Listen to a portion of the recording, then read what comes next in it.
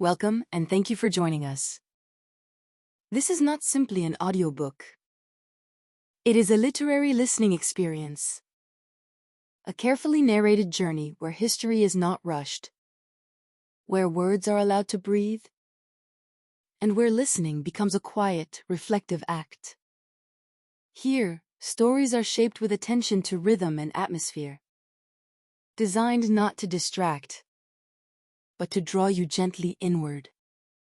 Tonight, we open the door to a city at the edge of catastrophe. A city of marble and flame, of whispers carried through smoke-filled streets, of power, fear, and human fragility colliding under a burning sky. This is a moment suspended between rumor and memory, where truth struggles to survive the heat of legend. As you listen, you are not merely observing events. You are stepping into the moral tension of an empire in crisis. The story you are about to hear comes from The Great Events by famous historians, a historical collection first published in the late 19th century. Written in English, the book gathers pivotal moments of world history, each told through the voices and perspectives of renowned historians and writers. The account of the burning of Rome draws especially from ancient Roman sources, later reimagined and interpreted by literary minds across centuries. Among these voices stands Tacitus. Born around 56 AD and died around 120 AD. A Roman senator, historian, and one of antiquity's most penetrating observers of power. Tacitus is best known for works such as the Annals and the Histories, where he examined the Roman Empire with moral clarity and quiet severity. Writing not to glorify emperors, but to expose the cost of tyranny, he remains one of the most influential historians in Western thought. Centuries later, the same events echoed in the imagination of Henryk Sienkiewicz. Born in 1846 and died in 1916. A Polish novelist and Nobel Prize winning author, Sienkiewicz transformed Roman history into living narrative, most famously in Quo Vadis, where the fire of Rome became a backdrop for questions of faith, power, and conscience. Through historical fiction, he gave emotional voice to what ancient historians recorded with restraint. This story matters because it sits at the intersection of fact and interpretation.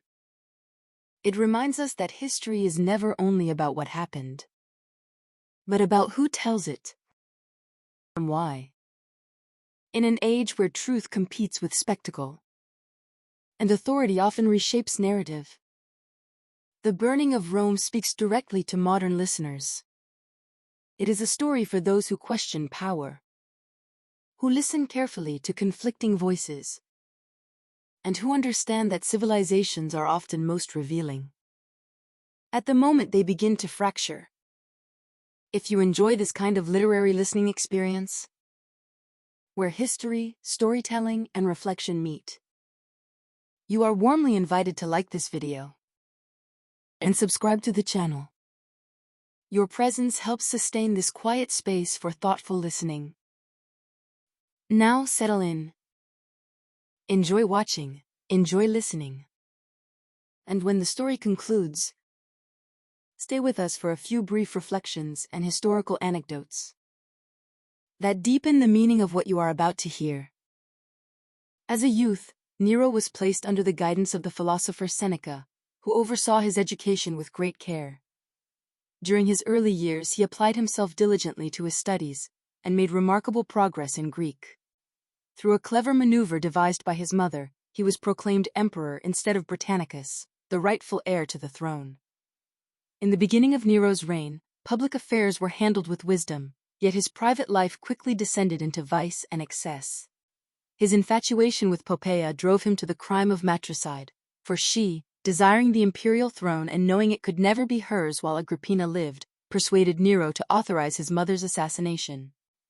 Strangely enough, both Seneca and Burrus approved this act, a fact acknowledged even by Tacitus. In the 8th year of his rule, Nero divorced his wife Octavia and married Poppaea. Nero was a skilled musician and performed verses of his own composition. He eagerly sought the applause of the masses by reciting his works in public. Historians remain divided on whether Nero himself caused the Great Fire of Rome. During the blaze, in an attempt to win public favor, he ordered temporary shelters to be built for the homeless. Yet the populace refused to praise him, for rumors spread that Nero, at the very moment Rome was burning, had sung of the fall of Troy in his private theater, comparing the present catastrophe to the ancient one. To divert attention from what the people believed to be the true cause of the disaster, Nero accused the Christians, and hundreds were sacrificed to his wrath. He was the last of the Caesars, and died by his own hand amid universal condemnation, in June AD 68, 4 years after the destruction of Rome. Henryk Sienkiewicz was a novelist who turned history into living memory. Born in 1846, in a Poland that no longer existed as a free nation, he grew up in a land ruled by empires, where culture became a form of resistance. Sienkiewicz believed that history could preserve identity when borders were erased. His most famous novel, Quo Vadis, brought ancient Rome back to life, not as legend, but as moral conflict. Through emperors, martyrs, and collapsing empires, he explored faith, power, and human dignity. In 1905, he received the Nobel Prize in Literature, not only for artistic achievement, but for strengthening the spirit of a nation without a state. Sienkiewicz did not write to escape history. He wrote to remind the world that civilizations fall, but values endure. The fire began in the Circus Maximus, at the point where it touched the Palatine and Kilian hills. It swept forward with unimaginable speed and seized the entire center of Rome. Not since the time of Brennus had the city witnessed such a dreadful catastrophe. A freedman of Caesar, named Phaon, rushed in, gasping for breath, and cried out before Nero, "Rome is in flames! The conflagration is immense!" All of Caesar's guests leapt up from their reclining couches. "Ye gods! I shall behold a burning city! Now I can complete the Troyad!" exclaimed Nero, setting aside his lute. "If I go at once, can I see the fire?"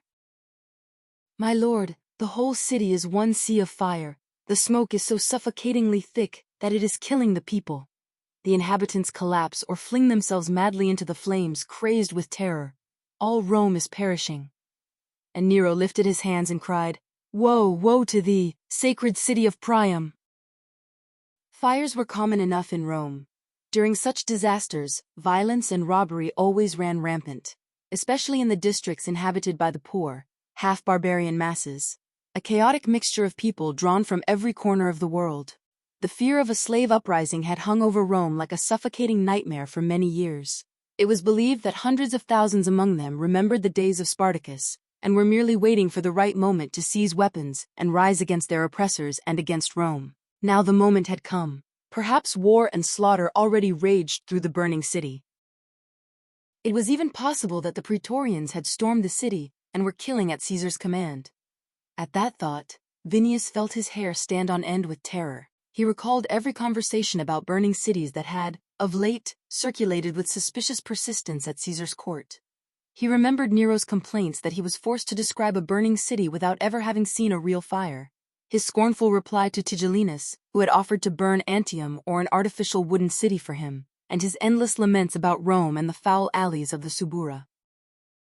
Yes, surely Caesar had ordered the burning of the city. Only he could command such a deed, and only Tigellinus could carry it out. But if Rome was burning at Caesar's command, who could say that the people would not also be slaughtered at his command? The monster was capable of such horror, fire, slave rebellion, and massacre, all unleashed at once. What dreadful chaos! What a storm of destruction and wild, universal madness! Night had long since faded. Dawn had given way to daylight, and upon all the nearby hills shone golden, rosy gleams that might belong either to burning Rome or to the rising sun. Vinicius ran toward the hill, reached the summit, and there a terrifying sight met his eyes. All the lower region was buried beneath smoke, forming what seemed a single, colossal cloud pressed close to the earth. Within this cloud, towns, aqueducts, villas, and trees vanished from sight. Yet beyond that gray, ghastly plain, the city blazed upon the hills. The conflagration did not rise like a pillar of flame, as happens when one enormous building burns. Instead, it stretched in a long band, shaped like the belt of dawn. Above this fiery belt rose a rolling wave of smoke.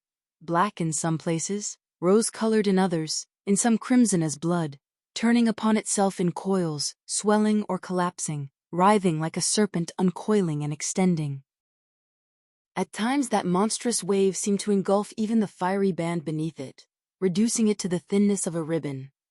But soon afterwards the ribbon of flame glowed upward through the smoke, lighting its lower folds and turning them into swirling waves of fire. The belt of flame and its canopy of smoke stretched from one horizon to the other, hiding the lower sky as a forest might hide the edge of the world.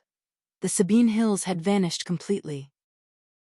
At first glance it seemed not only that the city was burning, but that the whole world was consumed in flame, and that no living creature could escape that ocean of fire and smoke. The wind, rising steadily from the direction of the blaze, carried the stench of burning and the suffocating heaviness of smoke, which now veiled even nearer objects. Daylight had come, and the sun lit the summits above Lake Albanus. But the bright golden rays of morning entered the haze with a sickly reddish hue. As Vinicius descended toward Albanum, he plunged into smoke that grew denser and less transparent at every step. The town itself lay buried under the suffocating haze. Alarmed citizens had fled into the streets.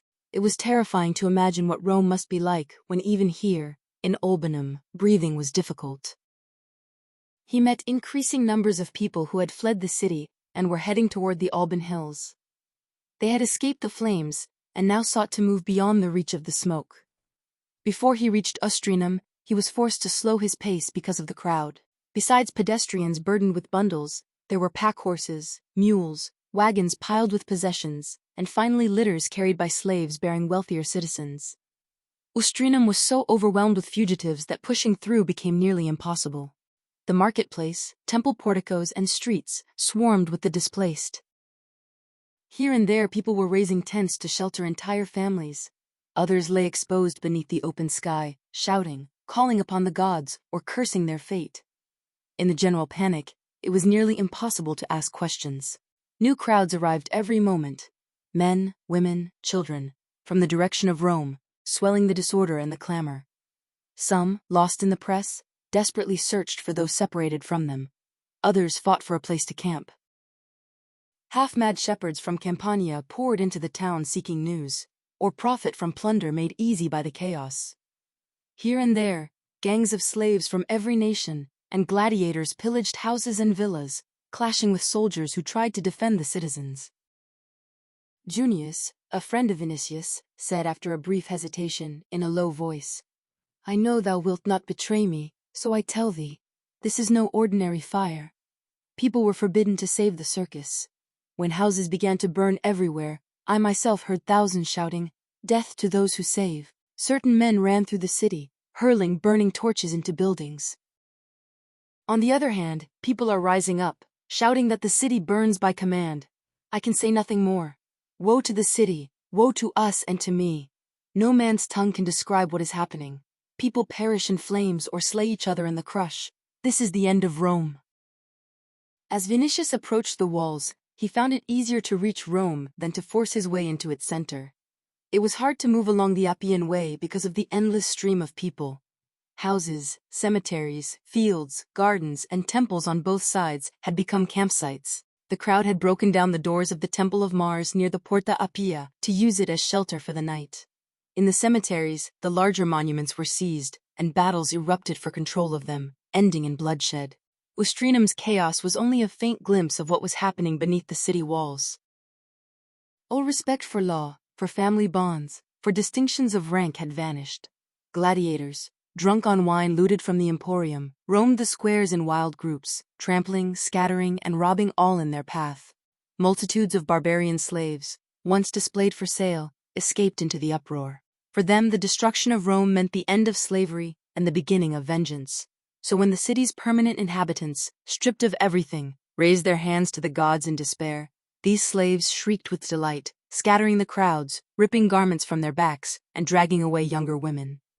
They were joined by slaves long resident in Rome, wretches clothed only in woolen girdles, dreadful figures from the alleys, rarely seen by day, whose existence was hardly suspected. Men of this wild, unrestrained horde, Asiatics, Africans, Greeks, Thracians, Germans, Britons, howling in every tongue of the earth, raged as though the hour had come at last to repay their years of misery. Amid that heaving mass of humanity, in the glare of fire and daylight, gleamed the helmets of the Praetorians, around whom the more peaceful citizens clustered for protection, and who fought the raging mob hand-to-hand in many places.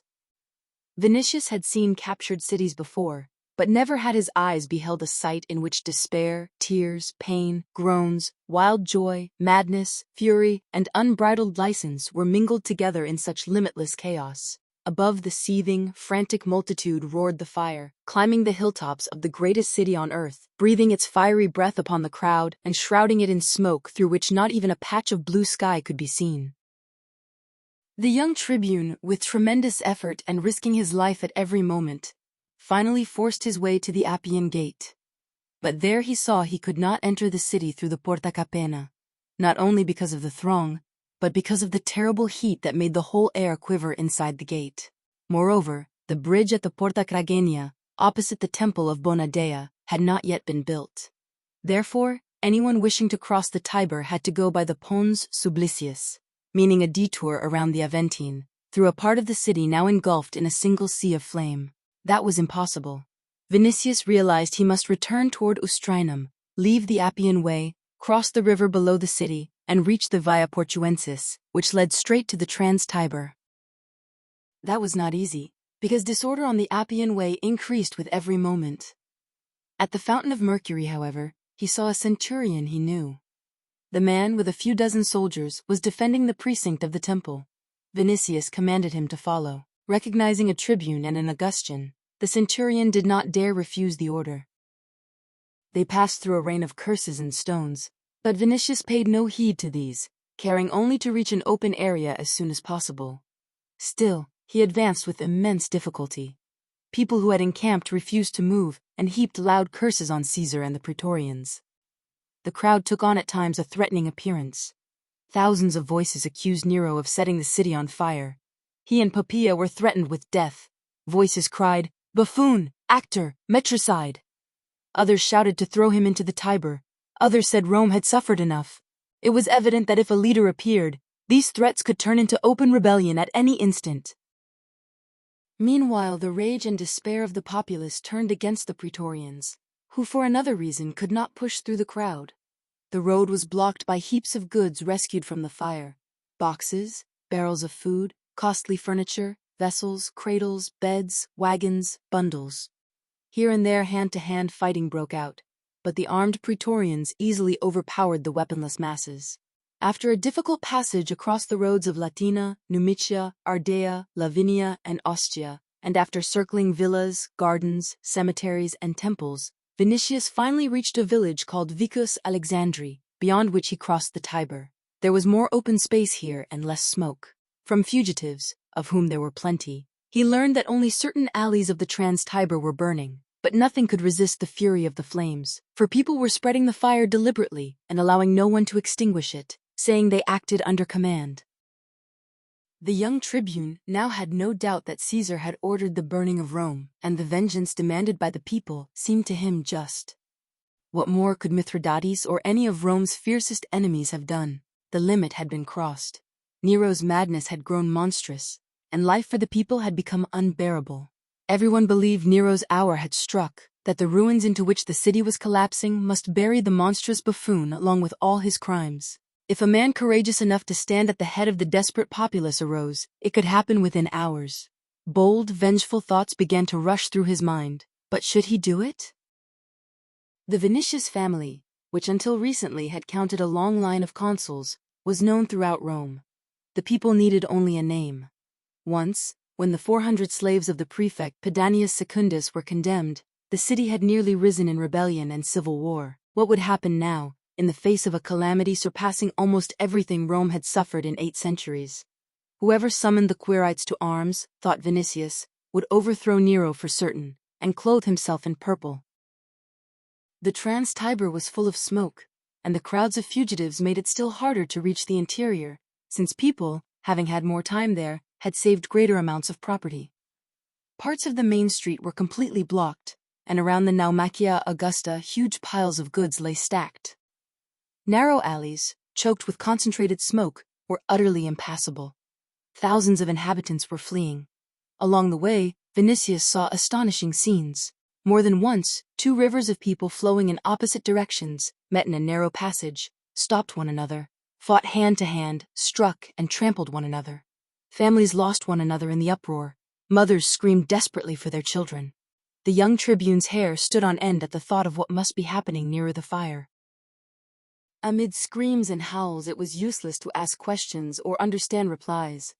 At times, fresh columns of smoke rolled in from beyond the river, black and so heavy that they moved close to the ground, covering houses, people, and everything like nightfall. The heat of a July day, intensified by the burning districts of the city, became unbearable. Smoke burned the eyes, people gasped for breath.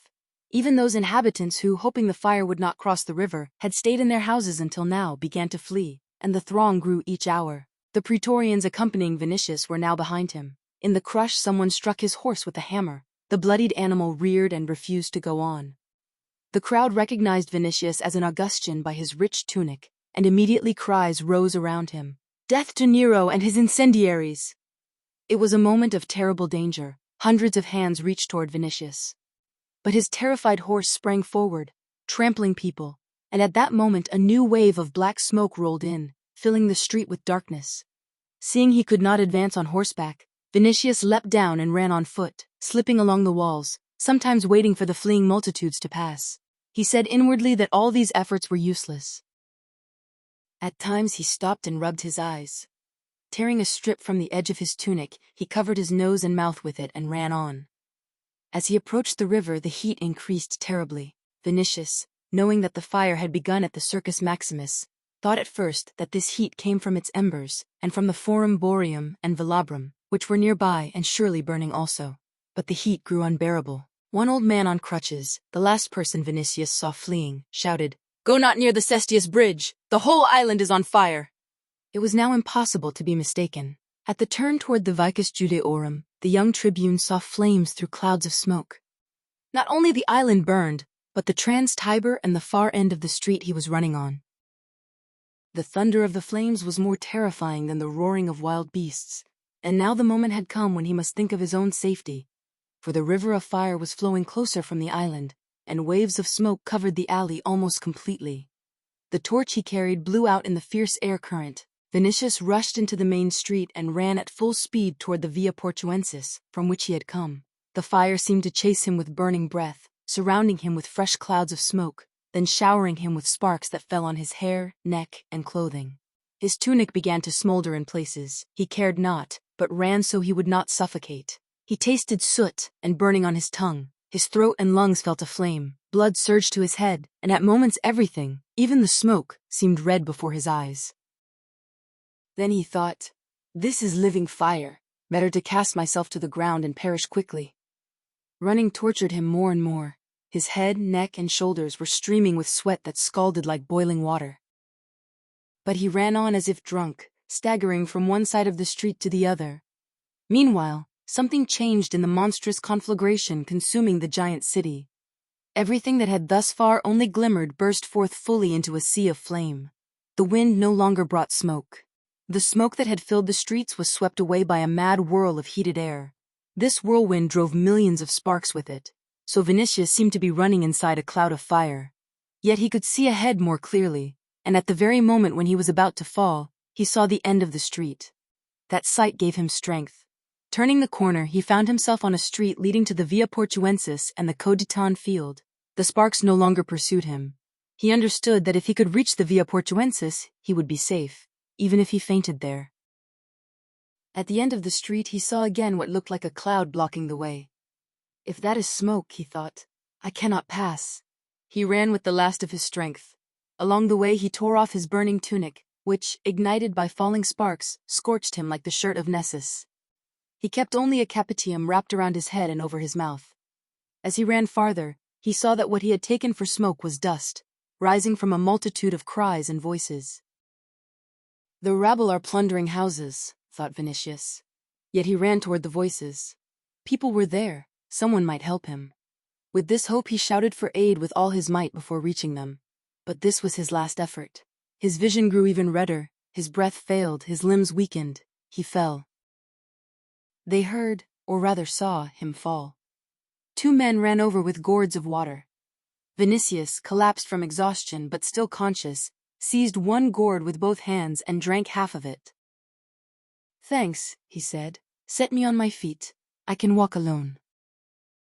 The other laborer poured water on his head. Both lifted him up and carried him to their companions, who gathered around asking if he was badly hurt. Their kindness astonished Vinicius. "People, who are you?" he asked. "We are pulling down houses so the fire will not reach the Via Portuensis," answered one of the laborers. "You helped me when I had fallen. I thank you." "We are not allowed to refuse help," several voices replied. Vinicius, who since morning had seen only brutal crowds killing and robbing, looked more intently at the faces around him and said, "May Christ reward you." "Praise to his name!" cried a whole chorus of voices. It was evening, but one could see as clearly as in daylight, for the conflagration had grown even greater. It seemed not that single parts of the city were burning, but that the entire city, in its whole length and breadth, was on fire. The sky was red as far as the eye could see, and that night in the world was a red night. The light from the burning city filled the heavens as far as human sight could reach. The moon rose large and full from behind the mountains, and inflamed at once by the glow, took on the color of heated bronze. It seemed to gaze with astonishment upon the world-ruling city that was perishing. In the rose-colored abysses of the sky, rose-colored stars glittered, yet unlike usual nights, the earth was brighter than the heavens. Rome, like a colossal pyre, illuminated the whole of Campania. In the bloody glow, distant mountains, towns, villas, temples, monuments, and the aqueducts, stretching toward the city from every surrounding hill, became visible. On those aqueducts swarmed multitudes of people who had gathered for safety or to watch the burning. Meanwhile, the dreadful element was seizing new quarters of the city. It was impossible to doubt that criminal hands were spreading the flames, since fresh fires were bursting out constantly in places far from the main blaze. From the heights on which Rome was built, the flames swept like sea waves into the valleys jammed with houses, buildings of 5 and 6 stories, filled with shops, booths, and movable wooden amphitheaters built for various spectacles, and storehouses of wood, olives, grain, nuts, pine cones whose kernels fed the poorer people, and garments which, through Caesar's favor, were distributed from time to time among the rabble crowded into narrow alleys. There, where the fire found limitless fuel, it became almost a series of explosions and swallowed whole streets with unheard-of speed. People encamped outside the city, or standing on the aqueducts, could tell from the color of the flames what was burning. The furious wind hurled from the fiery gulf thousands and millions of burning walnut and almond shells, which shot suddenly into the air like flocks of bright butterflies, bursting with crackling sounds, or, driven by the wind, fell on other parts of the city, on aqueducts, and on fields beyond Rome. All thought of rescue seemed pointless. Confusion increased with every moment. For while the population of the city fled through every gate, new crowds poured in from the countryside, peasants, villagers, and half-wild shepherds from Campania, drawn by the lure of plunder. The cry, "Rome is perishing," did not leave the lips of the crowd, and the ruin of the city seemed at that moment to dissolve every rule and loosen all the bonds that had held people together in one civic order. The mob, filled mostly with slaves, cared nothing for Rome's authority. The city's destruction meant their freedom, hence here and there they grew menacing. Violence and robbery spread. It seemed that only the spectacle of the perishing city held back an immediate outbreak of slaughter. Slaughter, which would begin the moment the city collapsed entirely. Hundreds of thousands of slaves, forgetting that Rome besides its temples possessed tens of legions throughout the world, appeared to be waiting only for a signal and a leader. People spoke the name of Spartacus, but Spartacus was dead. Meanwhile, the citizens gathered and armed themselves as they could.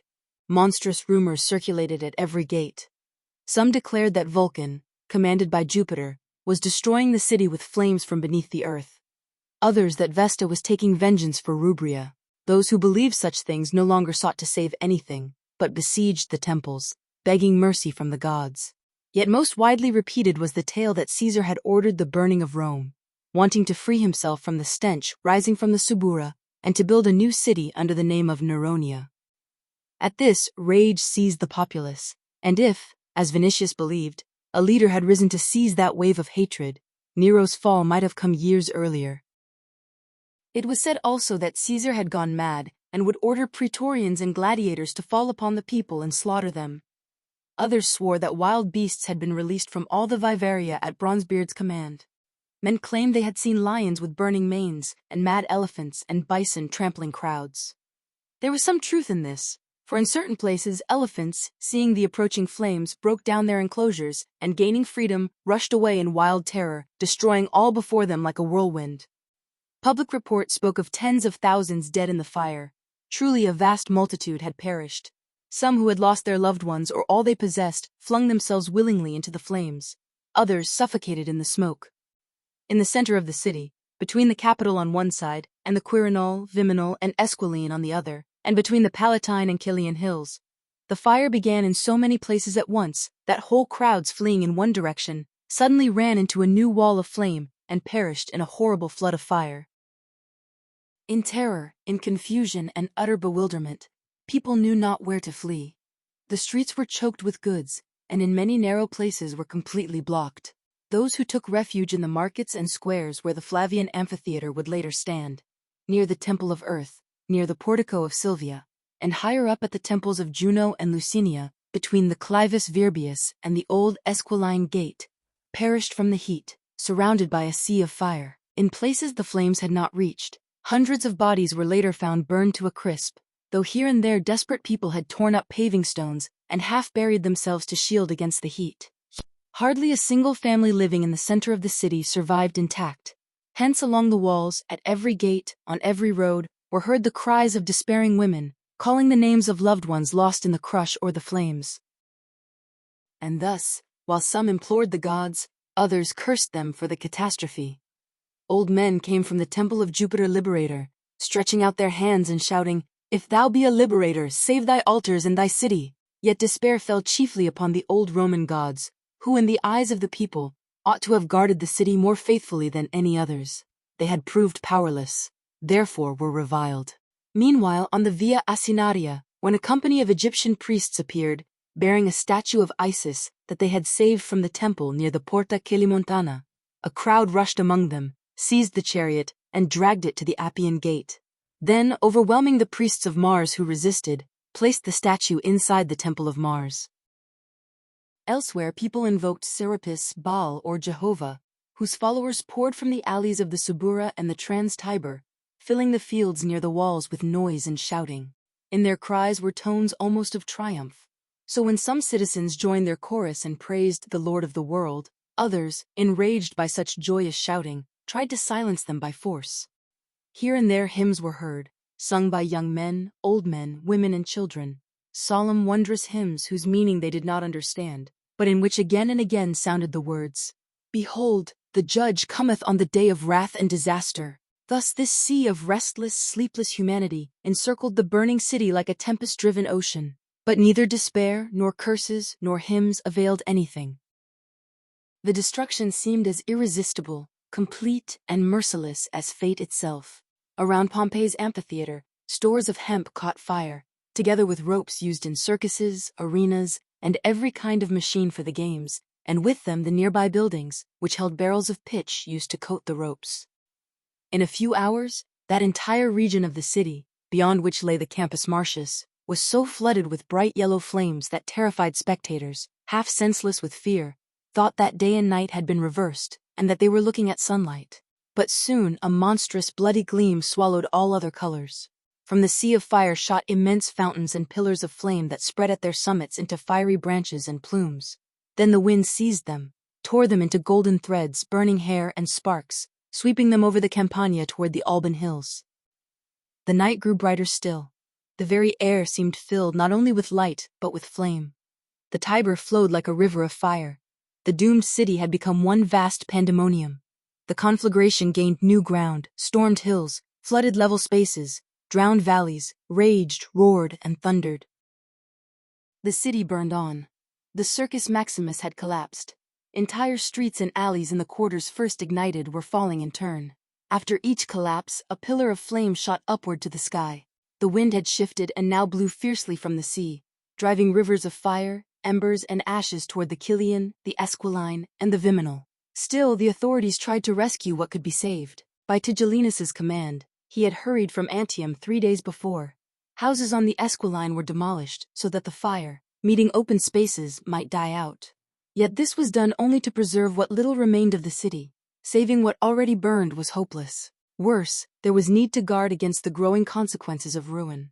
Incalculable wealth had perished. The possessions of every citizen were gone. Hundreds of thousands wandered outside the walls in wretched poverty. Hunger began to seize the multitude by the second day, for all the immense stores of food had burned. Amid such universal disorder and the collapse of authority, no one had considered providing new supplies. Only after Tigellinus's arrival were orders sent to Ostia, but meanwhile the crowds had grown more threatening.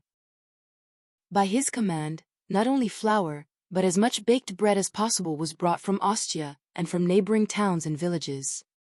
When the first shipment arrived at night at the Emporium, the people broke open the main gate toward the Aventine, seized all provisions in an instant, and created a terrible uproar. In the glow of the burning city they fought over the loaves, trampling many into the ground. Flour from ripped sacks whitened the entire space between the granary and the arches of Drusus and Germanicus, like snow. The turmoil continued until soldiers seized the building and dispersed the mob with arrows and missiles. Never since the invasion of the Gauls under Brennus had Rome witnessed such destruction. People in despair compared the two disasters. But in Brennus's time, the capital had remained. Now the capital was encircled by a dreadful wreath of flame. True, the marble itself was not burning. Yet at night, when the wind swept the fire aside for a moment, the rows of columns in the lofty sanctuary of Jove appeared red as glowing embers. Moreover, in Brennus's day, Rome had a disciplined, united people, loyal to the city and its altars. But now crowds of a many-tongued populace roamed like nomads around the burning walls, people consisting mostly of slaves and freedmen, excited, chaotic, and ready, under the pressure of need, to turn against authority and the city itself. Yet the very immensity of the fire, terrifying every heart, somewhat disarmed the crowd. After fire would come famine and disease, and to complete their misery the terrible heat of July had descended. It was impossible to breathe air heated both by the flames and the sun. Night brought no relief. Instead, it revealed a hellish spectacle. During daytime, an awful vision struck the eye. At its center rose a giant city on heights turned into a roaring volcano. All around, as far as the Alban Hills, spread a boundless camp made of sheds, tents, huts, wagons, bundles, carts, stands, and fires, everything covered with smoke and dust, lit by sun rays reddened as they passed through the haze. The whole was filled with roars, shouts, threats, hatred, and terror, a monstrous swarm of men, women, and children.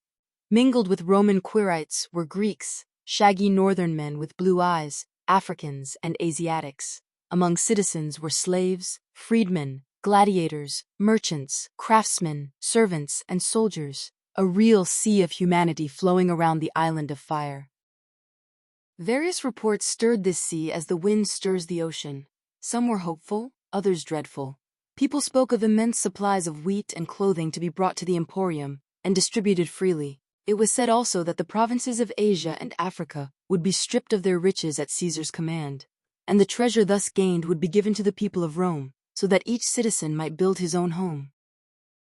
But it was also rumored that the water in the aqueducts had been poisoned, that Nero intended to annihilate the city and destroy the inhabitants to the last person, then move to Greece or Egypt and rule the world from a new capital. Every rumor swept through the rabble like lightning, each instantly believed, and each causing waves of hope, terror, rage, or despair. Soon a feverish madness seized those wandering thousands. The Christian belief that the end of the world by fire was at hand spread even among the worshippers of other gods. People fell into stupor or frenzy. In the clouds lit by the burning city, they imagined they saw gods watching the ruin. Hands were stretched upward, imploring mercy or hurling curses. Meanwhile, soldiers, aided by some inhabitants, continued demolishing houses on the Esquiline, the Caelian, and also in the Trans-Tiber. These districts were therefore saved in part. But within the city itself, incalculable treasures gathered through centuries of conquest, priceless works of art, splendid temples, the most precious monuments of Rome's past and her glory, were destroyed. It was foreseen that of all Rome only a few outskirts would remain, and that hundreds of thousands would be homeless. Some spread rumors that the soldiers tore down houses not to stop the fire, but to ensure that no part of the city survived. Tigellinus sent courier after courier to Antium, begging Caesar in each letter to come and calm the despairing people with his presence. But Nero moved only when the fire reached the Domus Transitoria, and then he hurried lest he miss the moment when the conflagration was at its height. Meanwhile, the fire had reached the Via Nomentana, but immediately turned aside with a shift of wind toward the Via Lata and the Tiber. It surrounded the capital, swept along the Forum Boarium, destroyed everything it had previously spared, and approached the Palatine a second time. Tigellinus, gathering all the Praetorian forces, sent courier after courier to Nero with word that he would miss nothing of the spectacle's magnificence, for the fire had grown even more intense. But Nero, already on the road, wished to arrive by night, to feast his eyes more perfectly on the destruction of his capital. So he halted near Aqua Albana, and, summoning the tragedian Alituras to his tent, rehearsed posture, expression, and gesture. He learned the proper movements, arguing stubbornly whether at the words, "O sacred city," which seemed more enduring than Ida, he should raise both hands, or let one hand holding the forminga fall at his side and lift only the other. This question seemed to him more important than all else. Before setting out again at nightfall, he sought the counsel of Petronius on whether he might add a few magnificent blasphemies against the gods to his verses about the catastrophe, and whether such lines, from an artistic standpoint, would not naturally burst forth from the lips of a man losing his birthplace. At last he approached the walls around midnight, followed by a vast retinue, detachments of nobles, senators, knights, freedmen, slaves, women, and children. 16,000 Praetorians, drawn up in battle formation along the road, guarded his passage and held the excited populace at a distance. The people cursed, shouted, and hissed at the sight of the procession, but did not dare attack. In some places, however, the rabble, who owned nothing and thus had lost nothing, applauded, hoping for a richer distribution of wheat, olives, clothing, and money than usual. At last the curses, hissing, and applause were drowned out by the blare of horns and trumpets, which Tigellinus had ordered to be sounded. Nero, on reaching the Ostian gate, halted and said, "Houseless ruler of a houseless people, where shall I lay my unfortunate head for the night?" After passing the Clivus Delphini, he ascended the Appian Aqueduct by steps prepared specially for him. After him followed the Augustians and a choir of singers carrying citharas, lutes, and other musical instruments. All held their breath, waiting to hear whether he would utter some momentous words they ought to remember for their own safety. But he stood there solemn and silent, draped in a purple mantle, and crowned with a wreath of golden laurels, gazing at the raging might of the flames. When Terpnos handed him a golden lute, he lifted his eyes to the sky, now filled with the glow of the conflagration, as though he were waiting for inspiration. The people pointed at him from afar as he stood bathed in the bloody radiance. In the distance, fiery serpents hissed. The ancient and most sacred structures were engulfed. The temple of Hercules built by Evander, the temple of Jupiter Stator, the temple of Luna raised by Servius Tullius, the house of Numa Pompilius, the sanctuary of Vesta with the penates of the Roman people. Through the trembling flames the Capitol appeared at intervals. The past and spirit of Rome were burning, and Caesar stood there with a lute in hand and a theatrical expression on his face, thinking not of his dying country, but of his posture, of the prophetic verses with which he might most brilliantly describe the disaster, stir admiration, and win applause. He detested the city, detested its inhabitants, loved only his own songs and verses.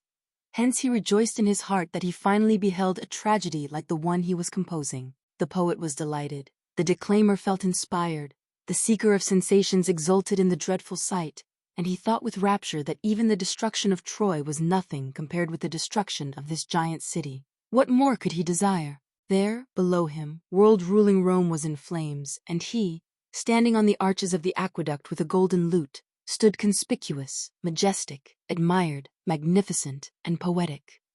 Somewhere far below in the darkness the people muttered and raged. Let them mutter. Ages would pass, thousands of years would slip away, but mankind would remember and glorify the poet who on that night sang of the fall and burning of Troy. What was Homer compared to him? What was Apollo with his hollow lute? Here he raised his hands, and striking the strings with an exaggerated theatrical gesture, pronounced the words of Priam. O nest of my fathers, O dear cradle. His voice in the open air, against the roar of the fire and the distant murmur of the countless throng, sounded strangely faint, wavering and low, while the sound of the accompaniment seemed like the buzzing of insects. But senators, dignitaries, and Augustans assembled on the aqueduct, bowed their heads and listened in silent ecstasy. He sang long, and his refrain grew ever sadder. When he paused for breath, the chorus repeated his last line. Then Nero cast aside the tragic serma with a gesture learned from Aliturus, struck the lute again, and continued singing. When he had finished the prepared verses, he improvised, drawing grand comparisons from the spectacle before him. His face changed. He was not moved by the destruction of his country's capital, but he was so delighted and stirred by the pathos of his own words that tears suddenly filled his eyes. At last he let the lute fall with a clatter, and, wrapping himself in the serma, stood motionless as though turned to stone, like one of the statues of Niobe adorning the courtyard of the Palatine. Soon a storm of applause broke the silence, but in the distance it was answered by the howling of multitudes. No one doubted now that Caesar had commanded the burning of the city to give himself a spectacle, and a song to sing. Publius Cornelius Tacitus was one of the greatest historians of ancient Rome. Born around the year 56 AD, during the reign of Nero, Tacitus lived through an age of emperors, fear, and absolute power. He was not only a historian, but a senator, a lawyer, and a man who understood the machinery of empire from the inside. His most famous works, Annals and Histories, tell the story of Rome after Augustus, not as propaganda, but as a warning. Tacitus believed that tyranny destroys truth, and that fear silences honesty. He wrote with precision, restraint, and moral clarity, exposing corruption, cruelty, and the cost of absolute power. Tacitus did not write to flatter emperors. He wrote so that history would remember. What power tries to erase? There followed a dreadful disaster. Whether by chance or by the wicked design of the prince is uncertain, for both are asserted by historians. But of all the calamities ever brought upon this city by fire, this was the most terrible and severe. It began in that part of the circus adjoining the Palatine and Cilian hills, where, because of the shops storing goods that fed the flames, the moment it began it gained strength, and driven by the wind, swept at once through the entire length of the circus. For neither were the houses secured by enclosures, nor the temples surrounded by walls, nor was there any obstacle to check its progress. The flames, spreading violently in all directions, attacked first the lower regions of the city, then climbed to the higher. Then again, ravaging the lower, they defeated every effort to extinguish them by their rapid course and by the city's natural tendency to conflagration, owing to its narrow winding alleys and the irregularity of the ancient streets. Add to this the wailings of terrified women, the infirmities of the aged, and the helplessness of children.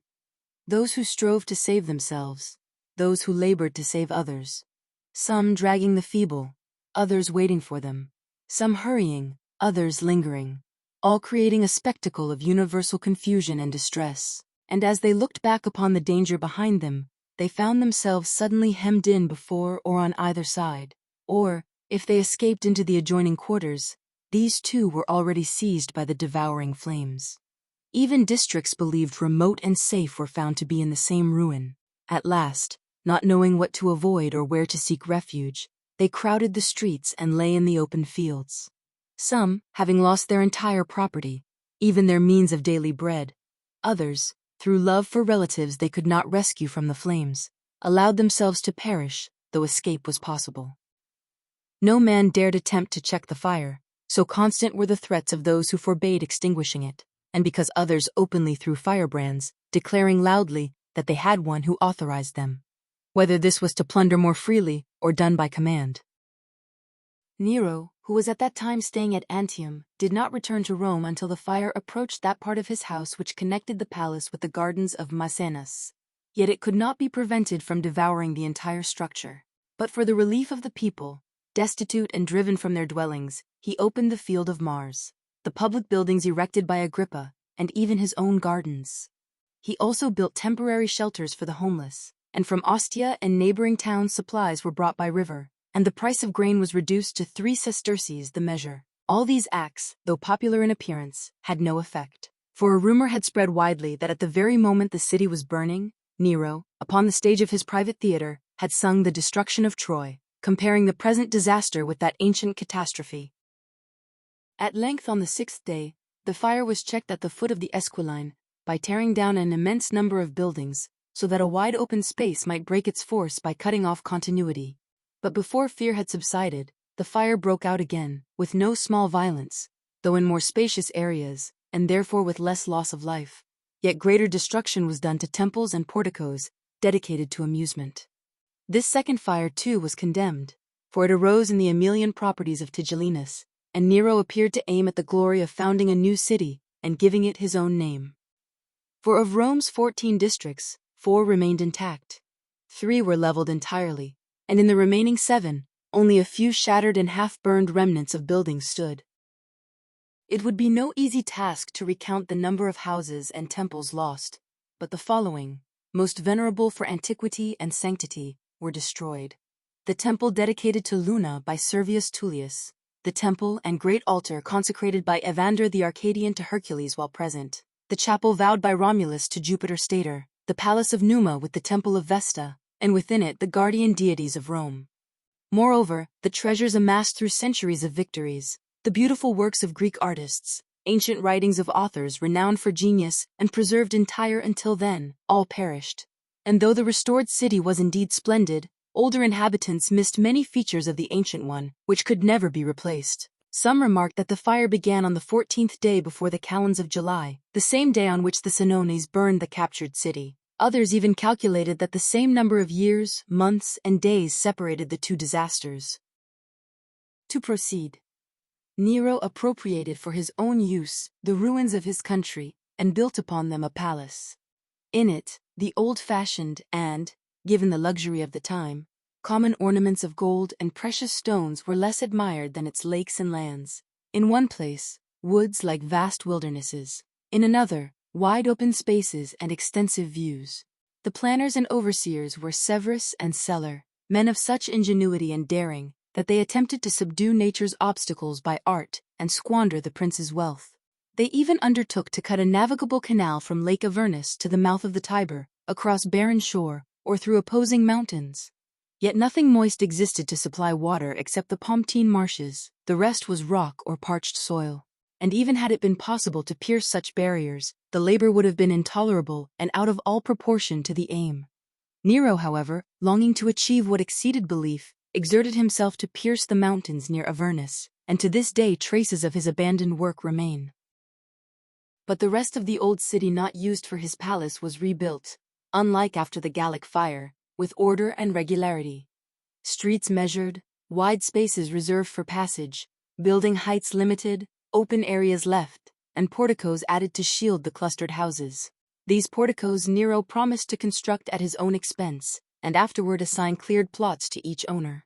He also offered rewards proportioned to rank and property, and fixed a deadline by which, if their houses were completed, they would receive them.